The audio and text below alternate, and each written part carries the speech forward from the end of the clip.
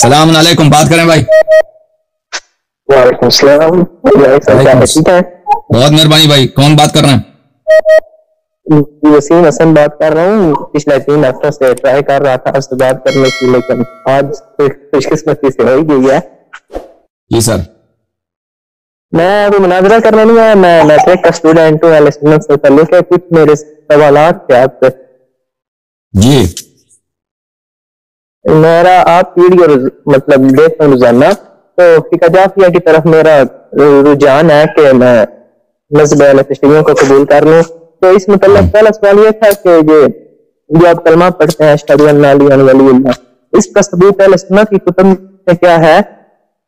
یہی کہ رسول پاک صلی اللہ علیہ وسلم نے یوم غدیر خم کہا کہ من کنت ولیہ فہذا ولیہ، اس کا میں ولی ہوں. امیر المؤمنین علیہ السلام اس کے ولی ہیں. جی بالکل.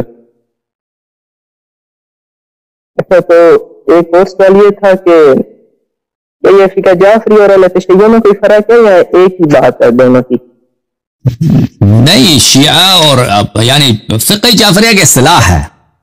فقہ جعفریہ جو پاکستان میں کافی مشہور ہوا ہے، فقہ جعفریہ جو ہے نا وہ ٹی وی کی وجہ سے، اور ٹی وی میں اذان کا ٹائم رکھتے ہیں نا، کہتے ہیں فقہ جعفریہ اور فقہ حنفی، تو اس وجہ سے وہ مشہور ہوا ہے. اللہ مذہب جو ہے نا، مذہب ہمارا مذہب شیعہ مذہب ہے، اور یہ 12 اماموں کا مذہب ہے. اور ہمارے پاس جو احادیث روایات ہیں یہ 12 اماموں کے، یہ سب کے سب حجت ہیں. تو وہ ایک اصطلاح ہے جو صرف پاکستان میں زیادہ مشہور ہے، فقہ جعفریہ کہتے ہیں نا. وَإِلَّا جی ہاں، یہ مذہب جعفری ہے، اور یہ مہدوی بھی ہے، علوی بھی ہے، فاطمی بھی ہے، یہ محمدی بھی ہے صلی اللہ علیہ وسلم. یہ 12 اماموں کا متین ہے. ٹھیک ہے نا. تو ایک سوال یہ تھا کہ میں نے اپنے ایک دوست سے کہا تھا کہ آپ لوگ اہل تشیع کی کتابوں کو کیوں نہیں مانتے؟ تو وہ کہتے ہیں کہ ان کے جو راوی ہے نا اور سند وغیرہ وہ آپ سلم سے جا کے ملتی ہی نہیں ہے. راویوں سے نہیں ملتی. راوی جو راوی نہیں ہے آپ سلم تک سند پہنچتی نہیں ہے کہ ہماری تو صحابہ کرام کے ذریعے پہنچ جاتی ہے. جی، تو آپ کے جو پہلی بات یہ ہے کہ رسول پاک صلی اللہ علیہ وسلم نے کہا کہ میرے بعد میری اہل بیت علیہ السلام کی اتباع کرو. جو ہماری احادیث کی کتابیں ہیں وہ سب کے سب ائمہ طاہرین علیہ السلام کے زمانے میں ان کے صحابہ نے احادیث لکھے. ٹھیک ہے نا. اور پھر انہی کتب میں سے، ان میں سے بہت ساری کتب ہمارے پاس بچی ہیں، تو وہ کتابیں تو ائمہ علیہ السلام کے زمانے میں لکھی گئی ہیں. اور ان کے 1 یا 2 نسل کے بعد، مثلا کلینی صاحب رحمۃ اللہ علیہ، انہوں نے انہی صحابہ کی کتابوں سے مزید کتابیں ان لوگوں نے لکھی ہیں. تو ہمارے جو احادیث ہیں وہ بالکل قطعی الصدور ہیں ائمہ علیہ السلام سے، اور وہ رسول پاک صلی اللہ علیہ وسلم سے. لیکن آپ کی جو احادیث ہیں وہ مثلا بخاری سنہ 250 اس کی وفات ہے، رسول پاک صلی اللہ علیہ وسلم کی وفات ہے سنہ 11 ہجری، 11 کے ابتدا میں، یعنی 255.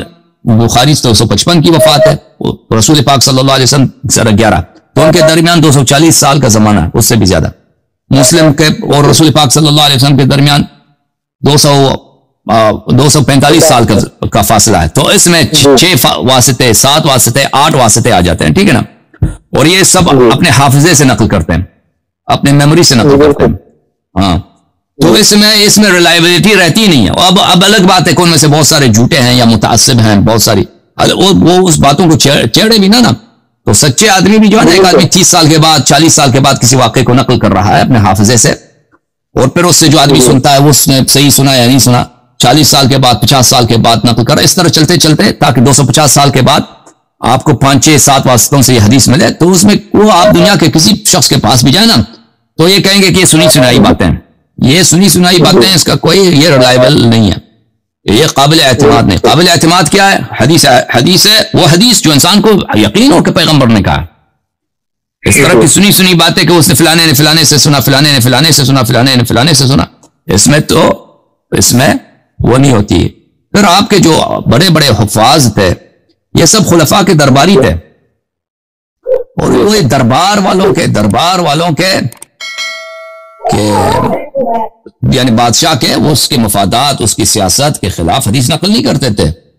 تو یہ سیاست کا اس میں بڑا دخل ہے. اور اس میں جو راوی تھے ان کا اپنا تعصب، کہ اس کا اپنا مذہبی رجحان کیا ہے، تو بعض احادیث کو چھپاؤ، بعض احادیث کو نقل نہ کرو. بہرحال ان سب کا اس میں اثر ہوتا ہے. اور مزید کوئی سوال ہے بھائی؟ جی ایک دو سوال اگر اجازت ہو تو پوچھ لیں. جی پوچھ لیں. تو میں نے اپنے دوست سے یہ بھی کہا تھا کہ آئمہ جو ہے ان کو ماننا یہ ہمارے لیے حجت ہے, ان کو ماننا چاہیے. وہ کہتا ہے کہ آپ وسلم نے کہاں فرمایا تھا کہ میرے بعد 12 امام آئیں گے اور 12 کے 12 کو امام ماننا.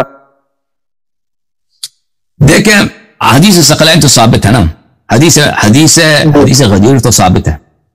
آپ حدیث غدیر سے حدیث غدیر مان لینا, امیر المؤمنین علیہ السلام کی بات جب مانیں گے اور تو کہ یہ امام یہ ہے, ابو بکر عمر کی امامت نہیں ہے, یہ تو ثابت ہے. جب یہ ثابت ہوگا, حدیث ثقلین جب مانیں گے, پنجتن پاک کا ثابت ہو جائے گا, امام حسن امام حسین علیہ السلام کی امامت ثابت ہو جائے گی. جب یہ مان لیا تو اس کے بعد ان کے پاس جب جائیں گے نا, امام علی علیہ السلام, امیر المؤمنین علیہ السلام, امام حسن امام حسین صلوات اللہ علیہما, ان کی روایت بہت زیادہ ہیں اور شیعہ کتب بری پڑی ہیں ان روایات, ان حدیث سے جن میں رسول پاک صلی اللہ علیہ وسلم نے فرمایا کہ میرے بعد 12 امام ہوں گے, ان کی آپ نے اتباع کرنی ہے. ٹھیک ہے, یہ بہت زیادہ ہے. ہاں تو مخالفین کے کتب میں آپ بخاری کھول یا مسلم کھولیں, ان کی کتب میں نہیں ہے کہ 12 اماموں کے نام بتائیں آپ کو کہ یہ 12 امام کون ہیں. ٹھیک ہے, لیکن وہ کیونکہ وہ متعصب لوگ تھے, کیونکہ وہ پاگل تھوڑی تھے. ابھی کو آپ کسی مسجد میں جائیں نا, کسی مسجد میں جائیں, کسی مسجد کے مولوی کے پاس, وہ کبھی آپ کو نہیں بتائے گا کہ شیعہ حق پر ہے, وہ کبھی نہیں بتائے گا, وہ آپ کو ادھر ادھر کی سنائے گا. تو بخاری مسلم بھی یہی تھا نا, بخاری مسلم یہ ہے. تو آپ ان سے توقع نہ رکھیں کہ وہ اپنے مذہب کے خلاف صحیح بات کو نقل کریں. Okay okay, thank you. جی ایک صاحب ایک سوال وہ مجھے سمجھ یہ نہیں آتی کہ آپ کے نزدیک جمعہ پڑھنا مطلب اختیاری ہے, اگر پڑھنا چاہے پڑھ سکتے ہیں, نہ پڑھنا چاہے نہیں بھی پڑھ سکتے, تو اس کی کیا ریزن ہے؟ اس کی ریزن یہ ہے کہ مسئلہ اختلافی, شیعہ علماء میں یہ مسئلہ اختلافی ہے. ٹھیک ہے, ویسے جمعہ واجب ہے, اس میں کوئی شک نہیں ہے, لیکن جمعہ کی شرائط ہے کہ کیا اس کا جو امام جماعت ہے, جیسے رسول پاک صلی اللہ علیہ وسلم کے زمانے میں جتنے جمعہ کے امام تھے جو لوگ جمعہ پڑھاتے تھے, وہ رسول پاک صلی اللہ علیہ وسلم نصب کرتے تھے, ان کی جانب سے معصوم تھے. ایسے کوئی نہیں پڑھا سکتا کہ میں آپ کو جمعہ پڑھا رہا ہوں. ٹھیک ہے نا, اس طرح نہیں تھا. جس علاقے میں بھی جمعہ ہوتا تھا اس علاقے میں رسول پاک صلی اللہ علیہ وسلم کے وکیل ہوتے تھے, نمائندے ہوتے تھے, وہی پڑھاتے تھے. اب امیر المؤمنین علیہ السلام کے زمانے میں یہی تھا کہ ہر ایک نہیں تھا کہ جو بھی شخص اٹھے میں نماز پڑھا رہا ہوں جمعہ, تو جمعہ پڑھنا واجب ہے, لیکن اس کی امام جماعت کے متعلق یہاں پہ اختلاف ہے کہ کیا اس کی امام جماعت کو ضروری ہے کہ وہ امام معصوم کی جانب سے منسوب ہو. اگر امام معصوم کی جانب سے منسوب ہے تو بلا شک بلا ریب وہ پڑھنا واجب ہے, اس کے پیچھے آپشنل نہیں ہے, پڑھنا واجب ہے. اگر یہ منسوب نہیں ہے تو پھر اس میں یہ اشکال ہے کہ کیسے پڑھ سکتے ہیں اس کے پیچھے. ٹھیک ہے نا. ایران میں چلے سنت تو سارے پڑھتے ہیں, ایران میں بھی پاکستان میں کچھ سال تشیع پڑھتے ہیں, تو کیا وہ امام وہ تو سیاست والے ہیں نا, مولوی تو کبھی اپنے وہ نہیں چھوڑے گا نا, وہ مولوی وہ سیاست والے ہیں, وہ سیاست کی وجہ سے بھی پڑھتے ہیں کیونکہ ان کو ضرورت ہوتی ہے ایک پلیٹ فارم کی کہ لوگ جمعہ کے دن جمع ہو جائیں, تو اس میں ان کو پرواہ نہیں ہوتی ہے. ہمارے جو مولوی ہیں, جو سیاست والے مولوی, ان کو پرواہ نہیں ہے کہ حدیث میں کیا لکھا, وہ یہ دیکھتے ہیں کہ بھئی وہ ایران کہ ان کی مفادات کس بات میں ہے.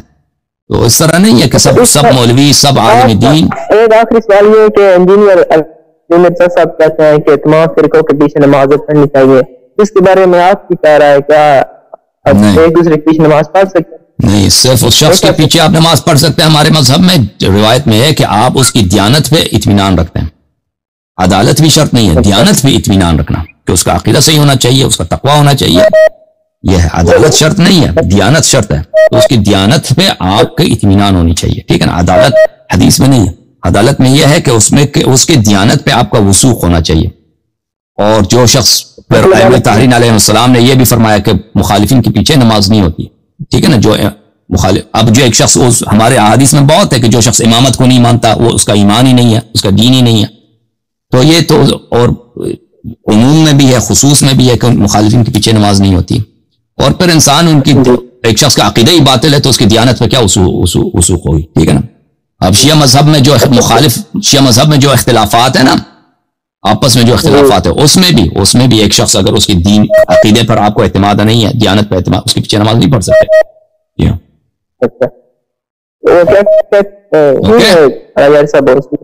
Okay, thank you. Thank you sir. میرا خواہش یہ تھا کہ ہمارے آپریٹر صاحب نے بہت محنت کیا ہوگا, ایسے کالرز انہوں نے تیار کیے ہوں گے جو غدیر کے متعلق بات کریں گے, لیکن افسوس کے ساتھ کہ انہوں نے کالرز کو ایسے ہی جو بھی مسئلہ وہ ملا لیتے ہیں.